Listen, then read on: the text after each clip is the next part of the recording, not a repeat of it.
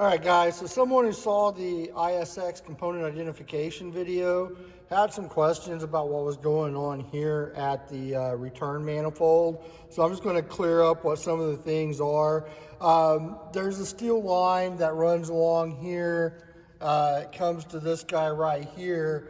If we followed this steel line all the way back, and it's kind of hard for you guys to see in there, but that's coming off of the top of the fuel pump. And that's kind of basically like a case drain line for pump internal leakage to make it back to the return. So that's what this is a return manifold. So you got that case drain line coming in here. If we come over here to this side, we can see the line coming out of the back of the cylinder head, and it comes into this guy right here. Then we have this line right here coming from the fuel water separator. This line that goes in right here on the left side. On the other side, we have a big line coming off going back to the fuel tank. So this is really kind of where all the different returns are going back to the fuel tank. This is another return line going back to the fuel tank. Really, it's just returns. You know, you got cylinder head fuel flow return. You got fuel return coming from the pump. You got, let me see if I can find what else is on here. Here's a good one. Right here on the back is the port right here. If we follow that steel line is actually the one that I had identified as going to the pump. So maybe that's what this one is. This is the one coming from the relief valve on the high pressure rail. This one in this engine isn't used. This one in this engine isn't used. On yours it might be. If you're not sure what they are, just do what I just did and trace it back to where it came from. And that's going to tell you if it's coming from, the most likely places are the relief valve on the rail, the drain for the pump.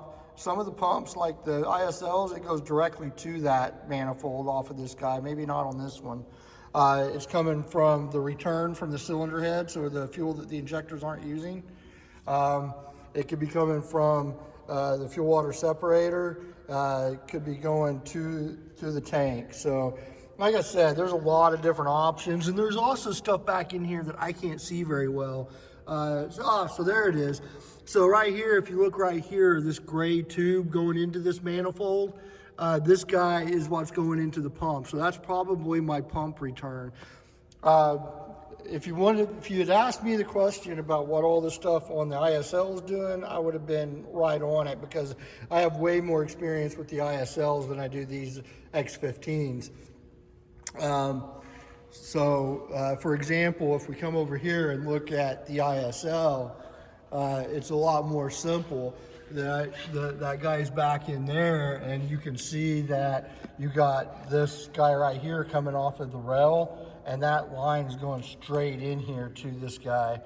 And then you got the fitting coming out of the back of the cylinder head, and that line is also going straight into this guy. If we come over here and we look at the high pressure pump, we can see on top of that pump is a case drain line. And if we followed its steel line, it would be going straight into that guy. So this return manifold is definitely a central location for doing a lot of flow testing to see if pumps are bad, testing to see if I got excessive return flow from the cylinder head, things like that. So sorry I couldn't be more specific with the questions on the ISX over there, but I hope this cleared things up a little bit. If it didn't, send me some pictures with some specific questions, and maybe I can get you better answers. You know who you are, you asked the question, so thank you.